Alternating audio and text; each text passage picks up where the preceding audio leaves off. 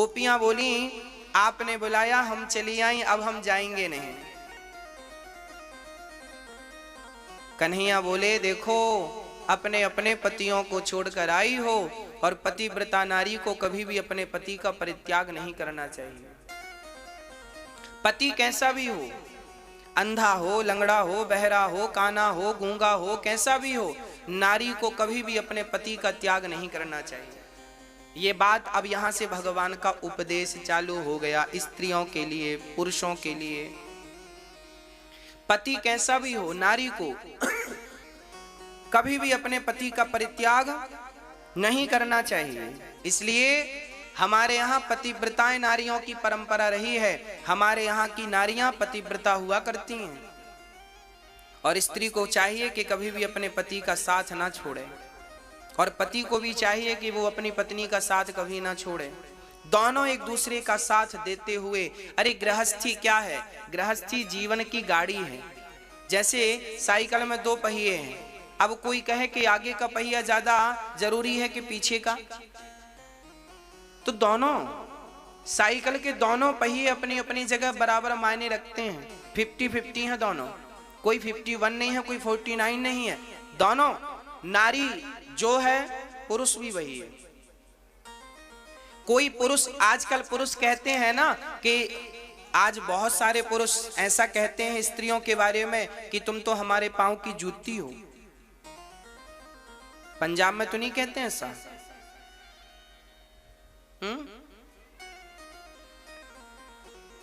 क्यों जी, पुरुष यहां के तो नहीं कहते?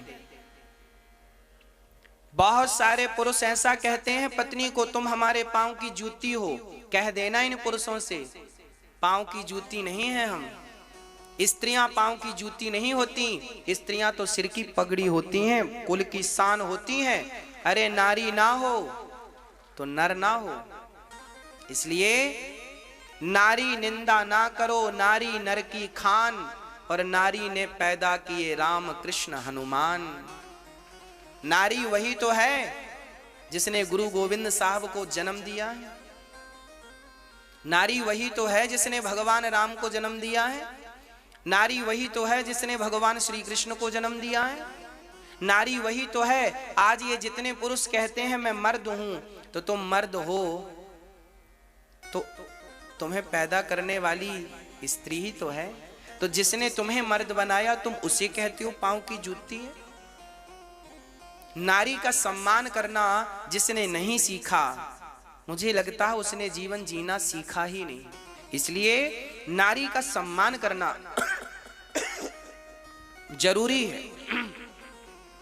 नारी सिर की पगड़ी है। जैसे सिख भाई अपने मस्तक पर पगड़ी सजा के रखते हैं,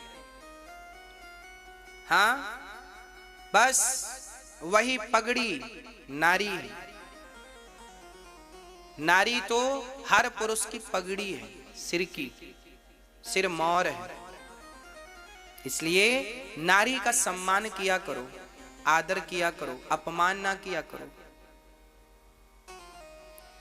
एक रास्ते में बच्चे यात्रा कर रहे थे, ट्रेन की बात है, ट्रेन में बच्चे बैठे थे, एक बूढ़ी सी अम्मा बैठी थी और नौजवान बच्चे सामने की सीट पे मस्ती कर रहे थे।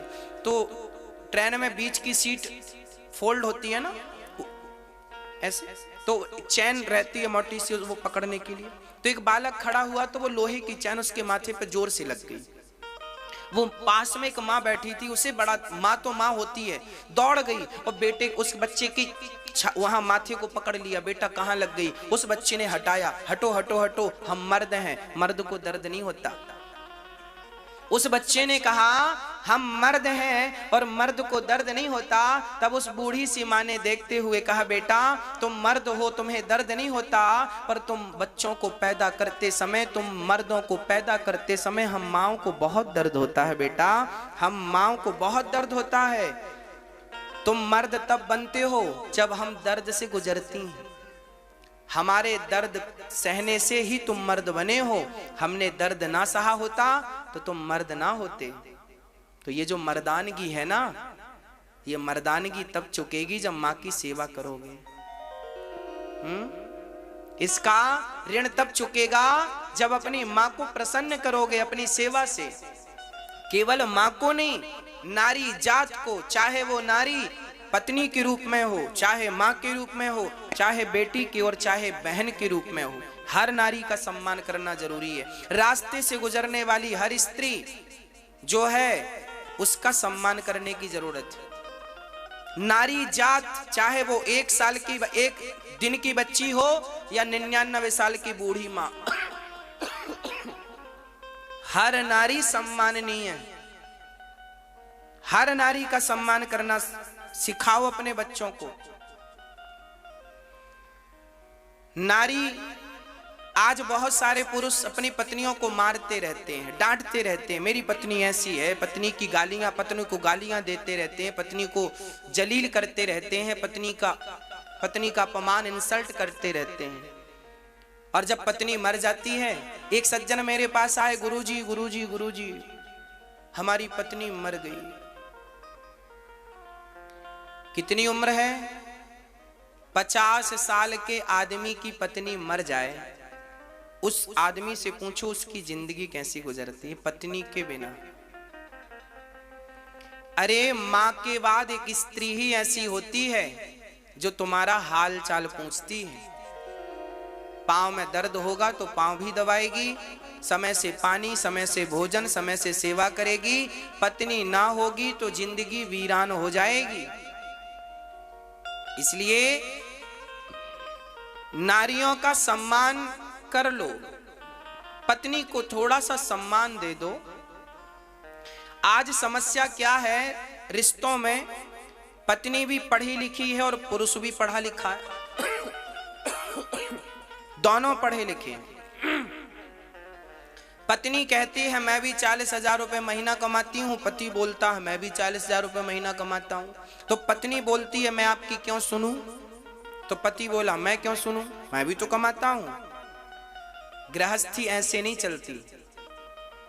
आप कमा रहे हैं अच्छी बात है, पर अपनी कमाई की अकड़ अपने पति को दिखाओगी तो रिश्ते कैसे चलेंगे?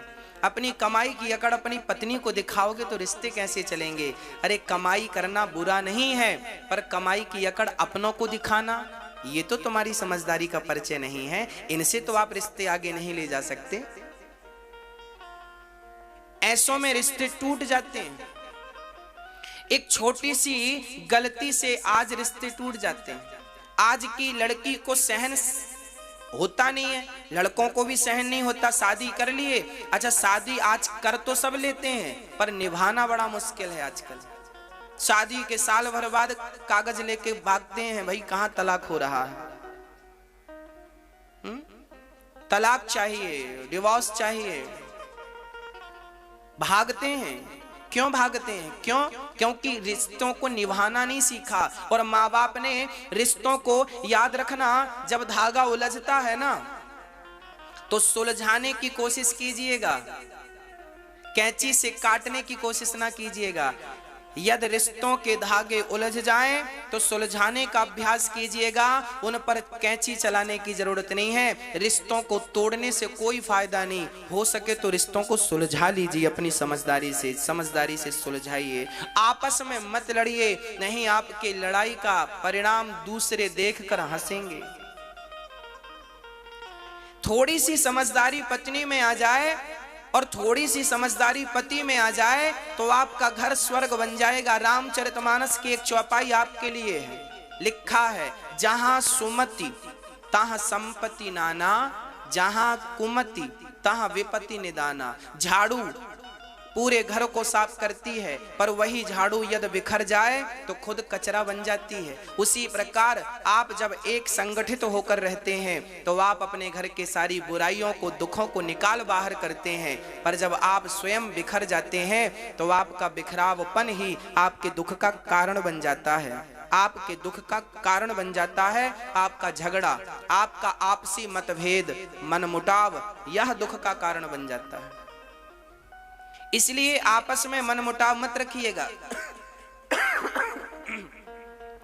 झगड़े सबके घर होते हैं, पति पत्नी में, कोई बात नहीं, सुलझा लीजिएगा। सुबह लड़ लो, शाम को एक हो जाओ। लंबी बातें बढ़ाने की जरूरत नहीं है। आजकल हम देखते हैं पति पत्नी में झगड़ा हुआ, पत्नी झोला उठा के मायके भाग जाती है। लड़कियों की, स्त्री जात की सबसे बड़ी गलती यही है।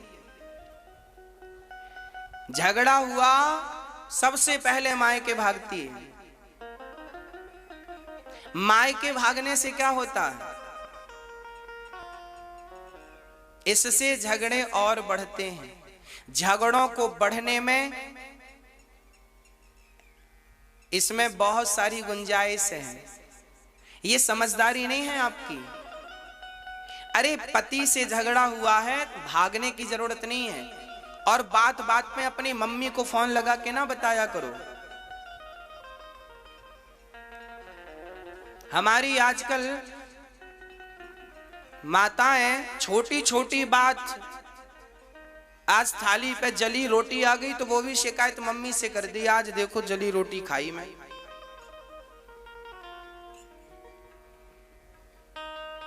ये गलतियां ना माँ बाप की भी हैं, जो आपने अपने बच्चों को मजबूत नहीं बनाया, जूजू बना दिया। जूजू थोड़ा स्ट्रांग बनाया होता, मजबूत बनाया होता। हर हाल में स्थितियां परिस्थितियां कब बदल जाए जानता कौन है? कौन जानता था कि माता सीता को 2 बार वनवास होगा? कौन जानता था कि कमल के पुष्पों में चलने वाली माता सीता नंगे पांव जंगल में चलेंगी? कौन जानता था कि राम की पत्नी जंगल की लकड़ी बेच करके, जंगल की लकड़ियां काट करके आश्रम में लाकर अपना चूल्हा जलाएंगी? कौन जानता था? हाँ, मेरी मां अपनी बेटियों को स्वावलंबी बनने की शिक्षा दिया करो। बेटों को नारियों का सम्मान करने की शिक्षा दिया करो। तब ये समाज आगे बढ़ेगा, तब ये भारत आगे बढ़ेगा। ऐसे आगे नहीं बढ़ेगा बात बात पे झगड़ा करने से। सबसे बलवान पक्षी होता है बाज। बाज जानते हो? बहुत ऊपर उड़ता है। बाज की जो मादा होती है, बाज की जो पत्नी होती है, गर्भवती जब बनती है ना, तो बाज की मादा घोंसला बनाती है। एक दुनिया में बाज की मादा ऐसी है जो अलग प्रकार का घोंसला बनाती है। चिड़िया घास का घोंसला बनाती है, पर बाज की मादा कांटों का घोंसला बनाती है। कांटे इकट्ठा करती है, बबूल के कांटे लाती है और उसके ऊपर हल्की फुल्की सी घास डालती है और अंडे रखती है। जब अंडे सेक लेती है, फूटने का आ जाता, अंडा फूट जाते हैं, बच्चे 10 दिन के हो जाते हैं, तो चोंच से पकड़ पकड़ करके सारी घास हटा देती है। वो कांटे पे बच्चों को बिठाती। किसी ने कहा कितनी निर्दयी माँ है तू, अपने बच्चों को कांटे में तू बिठाती है। तब उस बाज की मादा ने कहा, मुझे पता है यदि मैंने अपने बच्चों को कांटों में चलना नहीं सिखाया तो कल इनका कोई भी शिकार कर लेगा। इन्हें सबसे ऊपर उड़ना है तो इन्हें कांटों में तो चलना ही पड़ेगा। इसलिए बाज सबसे ऊपर उड़ता है, सबसे खतरनाक पक्षी माना जाता है। उसका वार कभी बेकार नहीं जाता, क्योंकि उसने कांटों से शिक्षा पाई है। यहाँ चुभन, जब जितनी चुभन होती है ना, व्यक्ति उतना मजबूत बनता है। और आपने अपनी बेटियों को, बेटों को संस्कार दिए क्या है? नंगे पांव भी तो तुमने पत्थर में चलाया नहीं। चलाया होता तो एक्यूप्रेशर से ही सब ठीक हो जाता, पर वो भी तो होने नहीं दिया।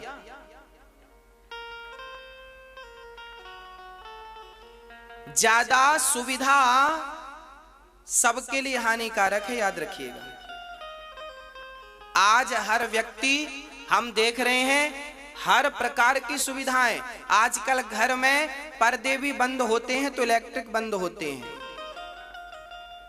बटन दबा दो पर्दे बंद हो जाएंगे, बटन दबा दो पर्दे खुल जाएंगे। क्यों? अब हाथ पांव पर्दे लगाने के लिए भी नहीं हिल रहे हैं क्या? इतने कमजोर हो गए हो? इसी बहाने कुछ एक्टिविटी होती थी शरीर की, वो भी बंद कर दी। क्या सुविधाओं के पीछे क्यों भाग रहे हो आप लोग? यही सुविधाएं आपका समूल नष्ट करेंगी, याद रखिएगा। ये सुविधाएं तुम्हें कमजोर बनाएंगी। कल भगवान ना करे मुसीबत आ गई देश पर, तुम्हारे जीवन पर, और तुम्हारी आदत तो सुविधाओं से जीने की थी, तो क्या करोगे? इसलिए भगवान करे आपके पास बहुत धन हो, पर ऐसी सुविधाएं नहीं।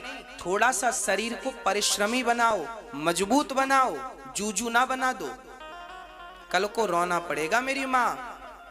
आपके भले की बात बोल रहा हूं, मर्जी आपकी है। बेटों को बेटियों को सब प्रकार से रेडी कीजिएगा। बात बात पे झगड़ा ना किया करो, बात बात का बुरा ना माना करो।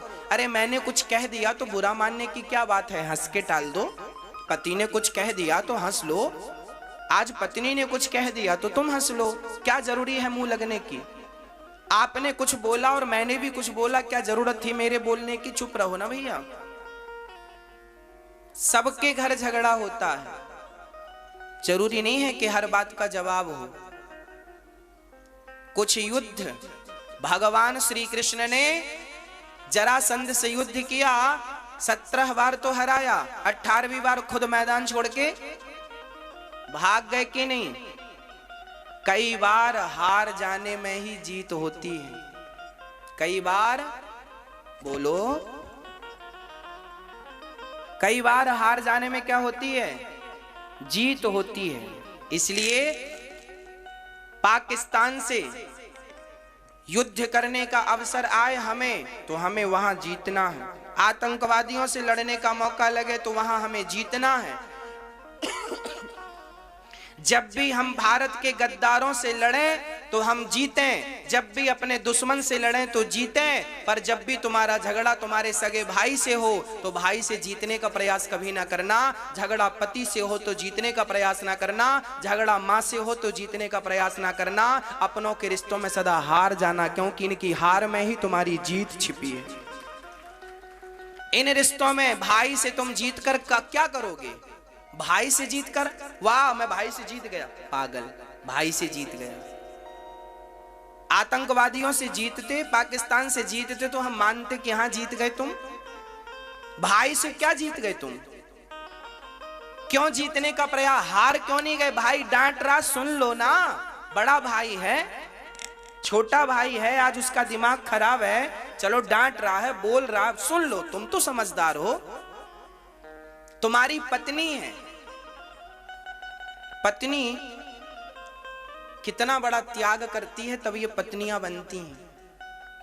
पुरुष का कोई त्याग नहीं है जीवन में, पर पत्नी का त्याग मैं आपको गिनाता हूं, गिनना। पुरुष अपनी मां को, अपने पिता को नहीं छोड़ता, पर स्त्री शादी के तुरंत बाद अपनी माता और पिता को छोड़ती है। स्त्री का त्याग, शादी के पहले पहनावा अलग था, शादी के बाद पहनावा वही होगा जो ससुराल की मर्जी होगी। शादी के पहले मांग नहीं थी, शादी के बाद मांग। माथा मेरा है पर सिंदूर पति के नाम का होगा, हाथ मेरा है पर चूड़ी पति के नाम की होगी, गला मेरा है पर मंगलसूत्र पति के नाम का होगा, पांव मेरा है पर माहौर पति के नाम का होगा, कान मेरे हैं पर बाले पति के नाम के होंगे, पेट मेरा है पर बच्चा पति का है, रक्त मेरा बहेगा, पेट मेरा फटेगा, पर बेटे को नाम माँ का नहीं मिलता, बेटे को नाम बाप का मिलता है। इतना बलिदान देने के बाद तुम कहते हो तुम पांव की जूती हो, तो यार तुम अच्छी किस्म के कुत्ते भी नहीं हो। क्योंकि कुत्ता जिस पत्तल में खाता है ना, उसकी रात भर चाकरी करता है। वो स्त्री जो इतना त्याग करती है एक पति के लिए, और बाद में पति, हद तो तब हो गई जब पति ने कह दिया निकल जा मेरे घर से। पति ने कह दिया पत्नी को, बाप ने कह दिया जा तेरे घर, बाप ने विदा किया बेटी को, जा बेटी तेरे घर। वो ये सोचकर आई कि मेरे पिता ने कहा है ये मेरा घर है, वो अपने घर आई, पर कुछ दिन बाद पति से झगड़ा हुआ, पति ने कहा जा मेरे घर से। अब पत्नी कंफ्यूज हो गई, पिता ने कहा था ये मेरे घर, ये पति कह रहा अपने, अब उसका घर क्या है बताओ, उसका घर कौन सा है बताओ। वो लोग बताएं जो अपनी पत्नियों को पांव की जूती समझते हैं। बताओ पत्नी का घर कौन सा है? बाप ने तो कहा था ससुराल तुम्हारा घर है, और पति ने आज गुस्से में कह दिया अपने घर जाओ, तो उसका घर है कौन सा? किसको वो अपना कहे? क्या ये यहां से वहां चक्कर काटने आई है? हाँ, जब मन करा तो भगा दिया, जब मन करा सो गले लगा लिया। अरे थोड़ा सा तो सम्मान कर लो उस स्त्री का। जब सीता माँ जंगल गई तो सीता माँ के पांव में छाले पड़ गए, कांटे लग गए, तो राम जी ने अपने हाथ से सीता जी के पांव के कांटे निकाले हैं। केवल पत्नी ही पति के पांव दबाए ऐसा नहीं है, कभी पत्नी के पांव में छाला पड़ जाए तो पति को भी तो उसके पांव को पकड़ के छाला देख लेना चाहिए। यही तो पति धर्म है। माता सीता जब वनवास गई थी, माता सीता वनवास गई थी तो माता सीता से वनवासी कपड़े पहनना नहीं आते थे, क्योंकि वो राजसी कपड़े पहनती थी और उनके कपड़े वनवासी कैसे पहने उनसे आता नहीं था। और मंथरा खड़ी थी, कैकेयी खड़ी थी, सुमंत्र जी खड़े थे, दशरथ जी खड़े थे, और वहां पर कौन कपड़ा पहनाए माता सीता को? तब राम जी ने आगे बढ़कर के माता सीता को जंगली कपड़े पहनाना सिखाया। ऐसे पहनते हैं। अपनी पत्नी का सम्मान करना यदि किसी ने सिखाया है तो भगवान राम ने अपनी पत्नी का सम्मान करना सिखाया है। अरे सम्मान, लोग कहते हैं प्यार की निशानी ताजमहल है। ताजमहल बनाने वाले ने 7 शादियां की थी। ताजमहल नहीं है, प्रेम की निशानी तो राम सेतु है, जो राम जी ने सीता के लिए सेतु बना दिया समुद्र में, और रावण जैसे दुष्ट को दमन करके सीता को सम्मान के साथ वापस लेकर आए। चाहते तो राम जी राजा थे, दूसरा विवाह कर लेते, तीसरा विवाह कर लेते, क्या जरूरत थी एक नारी के लिए इतना बड़ा झगड़ा करने की? पर ना, नारी के सम्मान के लिए झगड़ा था। झगड़ा रावण से नहीं था, झगड़ा तो नारी के सम्मान का था। इसलिए नारी का सम्मान कीजिएगा। पत्नी का सम्मान, पत्नी मर जाएगी तब पता चलेगा कि नारी क्या थी। मां मर जाएगी तब पता चलेगा कि मां की वैल्यू क्या थी, कीमत क्या थी। अभी है तो कोई उसका महत्व नहीं पता चलता, मूल्य नहीं पता चलता। इसलिए सम्मान करना सीखिए। आप समझदार है, पुरुष वर्ग समझदार है, तो समझदारी का परिचय दो। अच्छा ये बताओ, मैं आज दोनों से प्रश्न करूंगा, पत्नी और प्लस पति से। अच्छा ये बताओ, आपका पति आपको प्यार करता है कि नहीं? हाँ तो हाँ बोलना, शर्माने की जरूरत नहीं। पति प्यार करता है? हाँ बोलो। हाँ करता है। पति आपका प्यार, मैया सुनो, आपका पति प्यार करता है। अच्छा ये बताओ, जब पति आपका आपसे प्यार करता है, बहुत प्यार करता है, तुम्हारे लिए काम भी करता है, दिन भर मेहनत करता है कि मैं अपनी पत्नी को, अपने बच्चों को अच्छी लाइफ दे सकूं, अच्छी जिंदगी दे सकूं, खुश रख सकूं, वो पुरुष भी यही सोचता है कि सब खुश रहें, करता है। अच्छा कभी कभी पति को गुस्सा आ जाता है, आपके किसी कारण, किसी भी कोई भी प्रॉब्लम हो सकती, गुस्सा आ गया, वो गालियां दे रही है, डांटने लगा, ये वो, तो ये बताओ, जब प्यार आपसे करता था या करता है तो क्या डांटने पड़ोसन को जाएगा? बोलो। आप कहती हो महाराज जी हमारे पति डांटते हैं, तो प्यार भी तो तुमसे करते हैं। जब प्यार तुमसे करते हैं तो डांटेंगे भी तुम्हें। मीठा मीठा गप, कड़वा कड़वा थू, वाह। डांटे ना हमारा पति, क्यों ना डांटे भाई? गलती करोगी तो डांट पड़ेगी। यदि प्यार करना सीखा है आपने तो प्यार का अर्थ केवल ये नहीं कि केवल मीठा मीठा मिले। प्यार में मीठा कम, कड़वा ज्यादा मिलता है। भगवान राम, भगवान कृष्ण राधा रानी को केवल 11.5 साल तक मिले और 100 साल का वियोग रहा। सीता और राधा जी को छोड़कर भगवान श्री कृष्ण 11.5 साल की उम्र में चले गए थे, और 11.5 साल के बाद 100 साल तक राधा रानी केवल कृष्ण के लिए रोती रही। आए नहीं, मिले नहीं, मिलना नहीं हुआ। ये प्रेम है। प्रेम में बलिदान होता है। प्रेम की परिभाषा क्या है? प्रेम स्वार्थी नहीं होता, प्रेम में बलिदान देना पड़ता है। मैं अपने पति से प्यार करती हूं और प्यार करती हूं तो फिर मेरा पति मुझे डांटे, मारे, कुछ भी करे, मैं प्यार करती हूं। और पत्नी प्यार करती है तो फिर वो प्यार करती है तो फिर वो, चलो अब आपकी पत्नी आपको डांटे, आपकी पत्नी ने आपको कुछ भला बुरा बोल दिया, अब पति मुंह फुलाए बैठा है, पत्नी ने बोल दिया, अरे प्यार भी तो तुमसे करती है। भोजन भी तो तुमको कराती है, तुम्हारे कपड़े भी तो साफ करती है, तुम्हारा काम भी तो करती है। और आज दो बातें कह दिया तो तुम मुंह फुला के बैठ गए। क्या तुम्हारी पत्नी को दो बातें कहने का अधिकार नहीं था? पत्नियां कभी गुस्सा नहीं होती, पति कभी गुस्सा नहीं होते। मेरी माँ, ये गुस्सा नहीं है, ये तो एक दूसरे पर अधिकार जताना है। ये जैसे आप गुस्सा कहते हो, जैसे आप झगड़ा कहते हो, ये दोनों एक दूसरे पर अधिकार जताते हैं कि मेरा तुम पर ये अधिकार है और तुम्हारा मुझ पर ये अधिकार है। मैं तुम्हारी गाली सुनता हूं, मतलब तुम्हारा मुझ पर अधिकार है, और मेरी तुम सुनो अधिकार से। इसलिए पति की छोटी छोटी बात को ना, हमारे यहाँ कहावत कहते हैं, राई का पहाड़ ना बनाया करो। राई जानते हो राई क्या होती है? सरसों के दाने को राई बोलते हैं। राई का पहाड़ मतलब छोटी सी बात की बड़ी बात ना बनाया करो, बल्कि बड़ी बड़ी बातों को छोटा करके खत्म कर दिया करो। रिश्तों में ऐसी समझदारी चाहिए। पति कुछ बोल दे, मुस्कुराती रहो, हंस, कोई बात नहीं, आज माइंड ठीक नहीं है। पुरुष के पास 1000 काम होते हैं, पुरुष की 1000 टेंशन होती है। आप तो घर पे ही रहती हो, आपकी तो एक ही टेंशन है कि बच्चा, आज बच्चे ने शैतानी की, पड़ोसन ने ऐसा किया वैसा किया, माँ ने ऐसा कह दिया, जिठानी ने ऐसा कह दिया, और सास ने ऐसा कह दिया। ये समस्याएं आपकी हैं, और पुरुषों की बाहर की समस्याएं हैं। हो सकता है आज वो अपनी समस्या को लेकर चिड़चिड़ा रहा हो, और वो गुस्सा, पुरुष भी यही करते हैं, गुस्सा कहीं की उतारते कहीं है। आप समझ लिया करो कि ऑफिस की गुस्सा आज हम पे उतर रही है, शांत रहा करो, शाम तक मूड ठीक हो जाएगा।